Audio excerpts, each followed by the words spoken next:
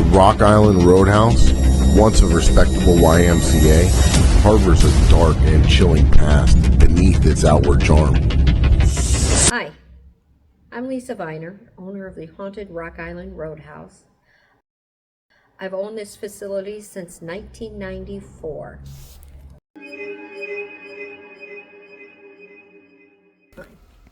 This building was built in 1912 during the Looney era.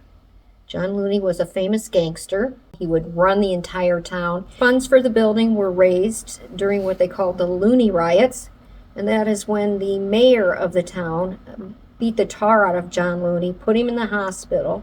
They brought gangsters from Chicago to riot in the streets, yet they were still managed to raise the funds to build this building. So construction started in 1912, finished in 1913. The fourth floor was not open at that time. It did not get finished until around 1924-25. The men who rented rooms here, if you smoked, you did not have a choice of rooms, but if you did not smoke, you could pick whatever floor you wanted to be on. Once the rooms were finished, usually the less desirable men would be on the fourth floor, and that's where you have the creepiest feelings and the most interaction. There's interaction everywhere, but that's the dirty stuff. That's the nasty stuff. Because I think that's where most of the nasty people were. It was up on 4, and you have to watch yourself up there. They will touch you. They will grab you. They will push you. They are not nice gentlemen at all. It's a very interesting and cool building. It has a lot of niches, hallways, corners, hidden areas. We've done a lot of upgrades and changing. We've tried to fix a lot of things that have been destroyed through the years. My husband and myself did a lot of work to it to open it back up. When he passed away in 2013, my mother came and helped. After my mother's passing in 2016, that's when all the activity started. It was very active at that point, to the point it scared me. They held dances, and a lot of times the spirits will love to hear the music because you have a lot of interaction if you play music. They had dances, they had billiards. Where I'm sitting now, when it was built, was the dining room. The far end was the reading room. We had a swimming pool, but that's been filled in. A gymnasium with the big running track that a lot of times you'll see someone looking out at you over that. Racquetball court rooms. They're split in half now, upper and lower. I made sure that the building got put on the historical registry so that somebody doesn't come in, buy it, and tear it down or do horrible things to it. John Looney was a famous gangster. Obviously, he ran speakeasies and brothels, and we know that he was here and more than likely probably is still here. He is more than likely the man with a hat. They call him Hat Man. He carries a cane, not used for walking. He is a very, very nasty individual, and he has henchmen running through the building that keep the ladies that were kept here very quiet. John Looney was known to run most of the town, had his own newspaper that smeared anyone he wanted to. He likes to bother mediums. He will try and step into them. Mr. Looney would hide out here when he was hiding from the police, as would Al Capone. I think he would just blatantly threaten, terrorize, and kill people. I don't have evidence he killed people because usually someone else does the dirty work. However, he did get arrested for murder of a gentleman who was going to go to the feds on him for his illicit gambling, liquor business, prostitution, all of them. And this man was murdered. What turned it was Helen Van Dale, the madam, ratted him out. So she didn't do time, but John did. According to a paranormal investigator, the room straight ahead is where John Looney stayed. She made peace with him, talked to him, and left him an offering of a cigar and a whiskey. The whiskey's gone, but it could have, evaporated. And then this room was the room of his girlfriend, who he called Ma Cherie, or Cherie. This is where she stayed. Another story about something that just happened recently. I was on an investigation with a medium and a lot of his teammates, and we went up to the 4th floor, and we were at the key intersection where the two halls meet, and one investigator was in a room speaking, hopefully, to John Looney, and the medium was standing on the corner, and I watched this medium. His teammate asked if he was okay. He said, yeah. And then if you watched, his face turned hard, and he stopped talking, and he wouldn't answer. And I turned around and looked at him, and when I looked in his face, it was like the look of pure evil. Just pure evil. So I quickly grabbed him, and we started down the hall. Halfway down the hall, he realized that he wasn't where he was. He's like, what's going on? Why are we doing this? It was a very interesting experience. Oh, is Derek up here? Yeah, he just got up here. There's been a whole bunch of shadows on this one and that one. Are you okay? Mhm. You know. No. Huh? Can we stop? Lucy's in there with her music. What's she doing? What are you doing? Oh, I was gonna see if I could like. All right, Lucy. Newton said, "Did you want to see the shadows?"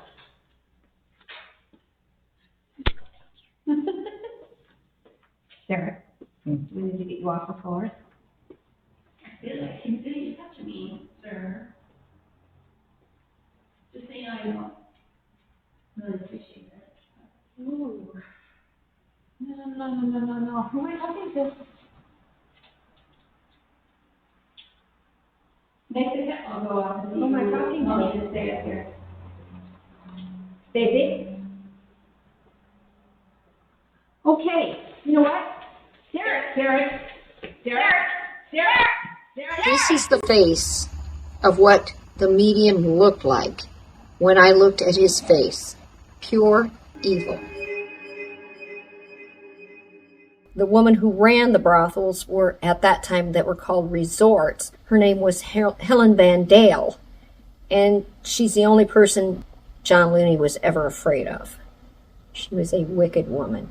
She ran the resorts, which were the brothels, and she would move from one side of the river to the other. When she'd get kicked out of one side, she'd run to the other.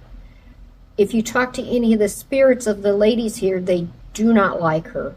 She was a horrible, horrible person, and I know that she hides out in the boiler room. I think she had a boyfriend down there. But if she sees an opportunity for a girl that she likes that might be able to work for her, she will follow that girl through the building. I've heard recently from a customer that we had some high-class ladies here for the railroad tycoons, and we also had some lower-class ladies, and the gentleman for them would use a separate door. Mr. Looney's henchmen running through the building that keep the ladies that were kept here very quiet. They are not allowed to speak or say anything. If they do, they're just terrified and they won't speak. Every once in a while you get a few that do. We catch down in the wrestling room a woman named Rose who was chained to the wall, and from what we gather, she was whipped and beaten. Her hands were smashed. I take it this happened to a couple ladies. But again, no one likes to talk. It's a secret. Everything's a secret. So I have a couple friends that are mediums that come here and visit. And we went up to the trunk room and we were doing an investigation, and then we had left and gone home. And my friend had said that she could not come back for a while. It was just impossible for her to come back. She could not do it. She finally said the reason why is that someone had followed her home, and it took her a few days to understand that this woman was with her. And she told my friend that they used to take women and trick them to come into the building, offering them a better life or better things. And when they would get them, they would take them and abuse them. Well, this woman said that they would take them up to the trunk room, and they would have trunks stacked at the pole, and They would haul the women behind the pole and rape and abuse them and let them go. And at some point, Helen Van Dale would also, if they were to become pregnant, she would make them abort or miscarry their babies. And this unfortunate spirit wanted her baby, and that's all she wanted. So my friend told her how to just let go and move on so she could be away from this place. The other friend, one had followed her home, and in her dreams, she showed her events here. One of them was where they would take women who had passed away here, and at the door at the alley, they would haul them out. They'd have a hearse sitting there, and they'd toss them into the back of the hearse like garbage.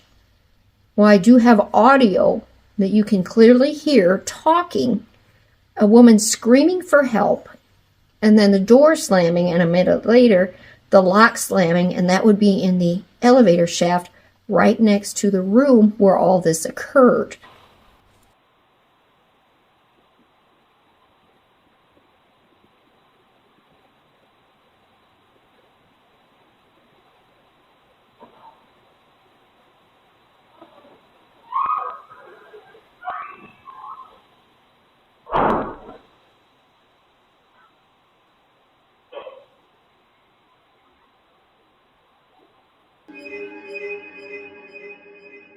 I've heard from many sources that Al Capone would hide out here. Al Capone came after John Looney. Al Capone was terrified of John Looney. Capone came here to town to meet with John Looney a few times. And he treated John Looney as the boss as opposed to himself. They did not, he was afraid of him. This is how it works, Capone. You follow my rules. I understand, Mr. Looney. Good. Don't forget it. I won't. Looney was that bad of a person. We had a young man drown in the pool. What happened was he came with his friends, or a whole team, and no one noticed him sneak out into the pool. He wanted to be first. When he jumped in, he thought he was jumping into the shallow end, but he actually jumped into the deep end, hit his head, got knocked out. They finally came in and found him, revived him. He went to the hospital and then died 2 days later from pneumonia. So he didn't actually die in the building, but he did drown in the pool and was revived. We have the gentleman, John Dickerson, who lived on the 3rd floor, worked at the front desk, and murdered a man. He murdered a man in Milan. They found his suit coat at the tailor shop, and the pants here in Mr. Dickerson's room. 2 weeks before, Dickerson had filed a police report for someone stealing his cigarettes out of his car. He is not a nice individual either. He feels he was wronged, and he will come through. In 1972, they stopped letting out rooms to men. I had heard it had just pretty much become a flop house by that point. So in 1972, they closed to rooms. 1976, it was January, and there was fire here. Fire that mainly burnt the 1st floor and the entrance to the running track. And there was a lot of smoke damage. And they opened it back up for a few months. They repaired everything, opened it back up. I recently heard from a gentleman who was here, or knew things, that they really wanted to move and they wanted to get out of here. So, as with any gangster area, you want to move, burn the place. Unfortunately, it's a fireproof building and it didn't burn well. But they got to move. They moved the Y. There is a gentleman in a room on 4th floor, got thrown down the elevator shaft.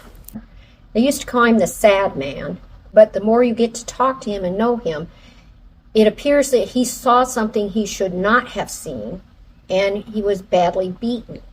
And a few times when you're in there trying to speak to him, henchmen or thugs show up in the hallway and stand in the doorway so he will not speak. We recently had a medium say that she gets the impression, or she heard from him, that he was thrown down the elevator shaft to silence him. His spirit is still in that room, and he's cowering in a corner, all the time, and when you walk in, you can feel it. You can feel the sadness and the loss of hope.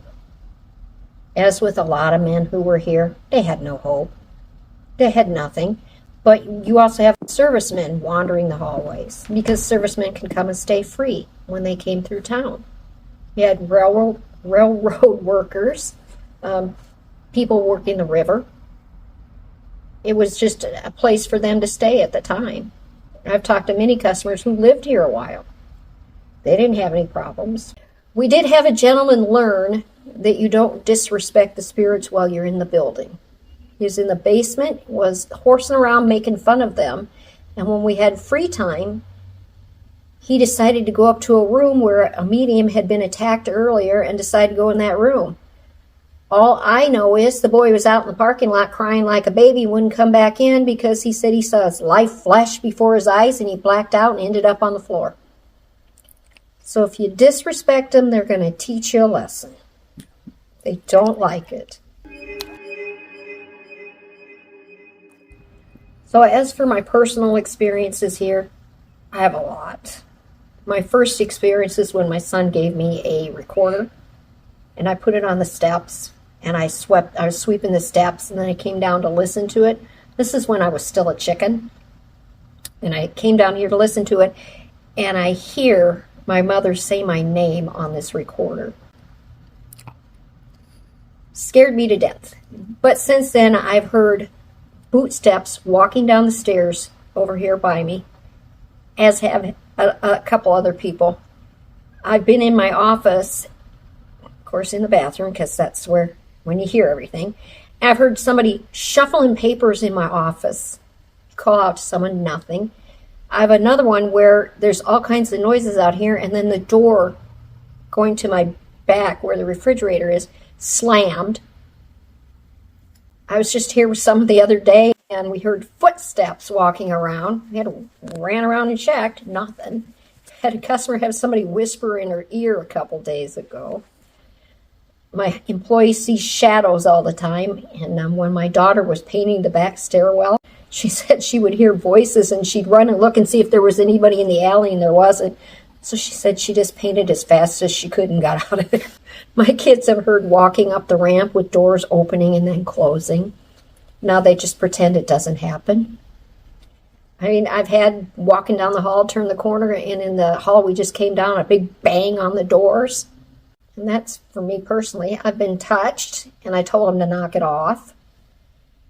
So plenty of experiences, and they're all over the building, not just in one spot. And it's a very large building. But no, sometimes you stand here and you smell cigarettes. You walk upstairs, like on the 3rd floor landing, you'll smell cigarettes. Sometimes down the hall on 3, you smell perfume, or on 4, you'll smell a lady's perfume.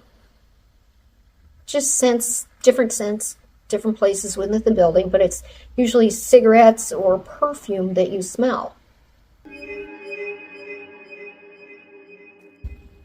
I have at least 3 portals.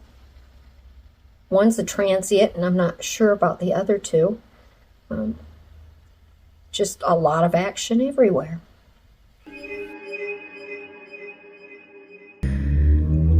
Originally, this facility was named the Haunted Rock Island Y.M.C.A. because it was originally built in 1912, opened in 1913 as a YMCA. So it was very fitting to name it the Haunted Rock Island Y.M.C.A. Unfortunately, in 2023, the Y Association said that we were trying to use their trademark. Of course, I had already made it a historical landmark, so I did not have to cover up any identification marking it as a Y. But we did change the name to the Haunted Rock Island Roadhouse, thanks to Candy Slater and her great imagination and aptitude with finding the perfect name for the perfect location. In 2023, my friend Candy Slater and I got together, and we both realized we had the same vision. We wanted to create something for vendors to show themselves, to show what they could offer, to showcase different people. and we had the idea of the very first Paracon that we had held. That first Paracon was tremendous. We brought in over 1,600 people, had a lot of great, wonderful people show up, a lot of guests that visited. It was just a great time. Since then, we've had 2 more, the last being the Expo. One of our first major sponsors was, of course, Paraflix with Natalie and her whole team. The last 2 years, we've had Get Haunted be a major sponsor along with Paraflix. Both of them have been a tremendous help. This last year, a co-sponsor, Sarah Jane, also helped Candy with a lot of the items that we had done to make this happen. It was a tremendous event. We brought in over 2,500 people. The 2025 Paracon had the Warren Occult Museum with the Haunted Annabelle doll, which also brought in a lot of people. The community is great. They are coming together. This expo has been built not just by an organizer or a few organizers. This has truly been built by community, from location owner to paranormal teams to paranormal networks, coming together to create a space that encouraged those in the community who have a voice, who have big passion, big creativity, big hearts, to come together and to share that with those who have a curiosity. I'm proud to be a part of the Rock Island Roadhouse Esoteric Expo for so many reasons, but the biggest is because it's community. It's community in its simplest form, where people come and say, yes, I want to be here. I want to work together. I want to share with each of you and show just how diverse we truly are and just what we have to offer. Recently, we have collaborated with the Haunted Happy Hour Coffee, and they have created, just for this location, the Helen Van Dale Black Forest Coffee Mix. One of my favorites. When we collaborated to make the coffee blend, I have a medium here that's very talented that spoke to both John Looney, the gangster, and Helen Van Dale, the madam, to come up with the exact correct brew that would work for this location. Helen's brew was chosen. It was a wonderful collaboration, and my medium, who I love dearly, did a wonderful job in connecting with the spirits.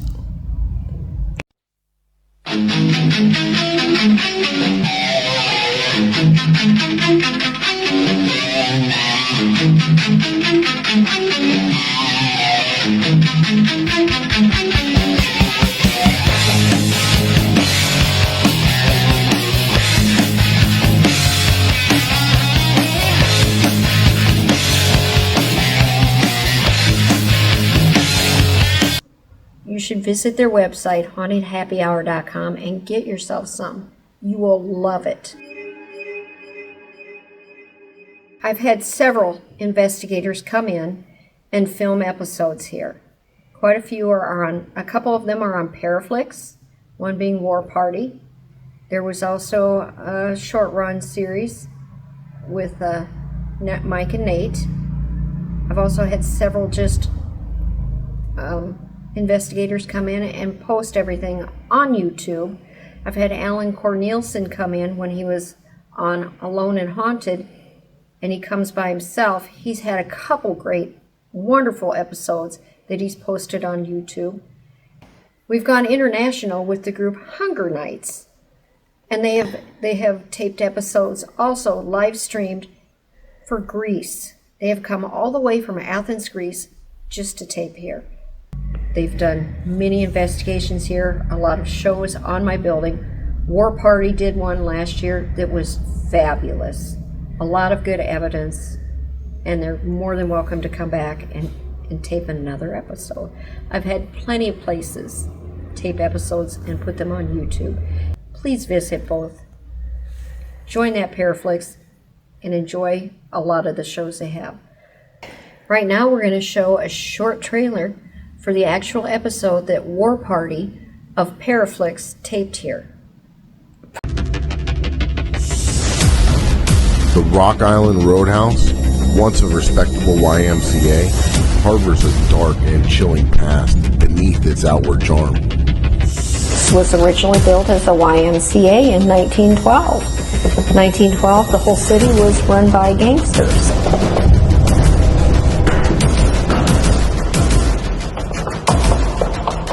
I could hear voices, and I heard it like...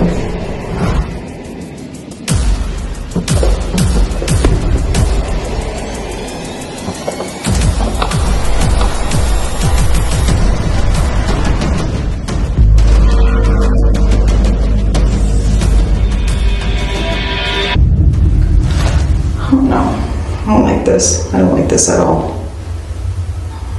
God.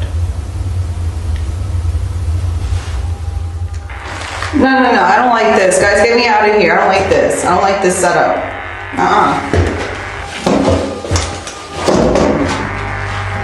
No, this. I don't like this. I told you they're watching you. Right now, they're watching you. Matter of fact, they're probably behind you.